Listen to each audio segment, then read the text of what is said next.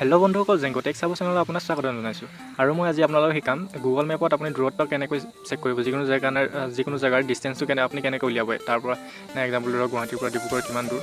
আৰু এইটো হয়তো বহুতে জানে, কিন্তু যিসকল নাজানে মই সেইসকলৰ বাবে ভিডিঅ'টো বনাইছোঁ। চ' গাইজ বলক দেৰি নকৰি ভিডিঅ'টো আৰম্ভ কৰোঁ।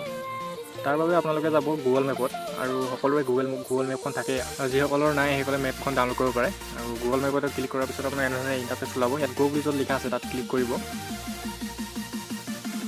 তাৰপিছত আপোনাৰ এনেধৰণে এটা ইণ্টাৰফেচ ওলাব। মই এতিয়া চেক কৰিম ডিব্ৰুগড় টু গুৱাহাটী কিমান ডিষ্টেঞ্চ, তাৰ পৰা কিমান দূৰ হ'ব সেইটো চাওঁ। ডিব্ৰুগড় তাৰপৰা ডিষ্টেঞ্চটো মই গুৱাহাটী দিওঁ।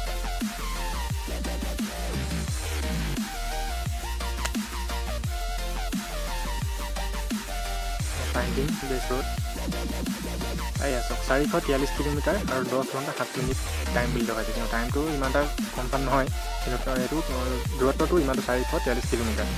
ত' এনেদৰে আপোনালোকৰ সকলো জেগা আপুনি ডিষ্টেঞ্চ চেক কৰিব পাৰিব। চ' গাইজ ভিডিঅ'টো বাৰু চাই কেনে পালে, যদি ভাল লাগিলে তেনেহ'লে ভিডিঅ'টো লাইক কৰক আৰু মোৰ চেনেলটো ছাবস্ক্ৰাইব কৰক। আজিলৈ বাই বাই, আকৌ লগ পাম এটা নতুন ভিডিঅ'।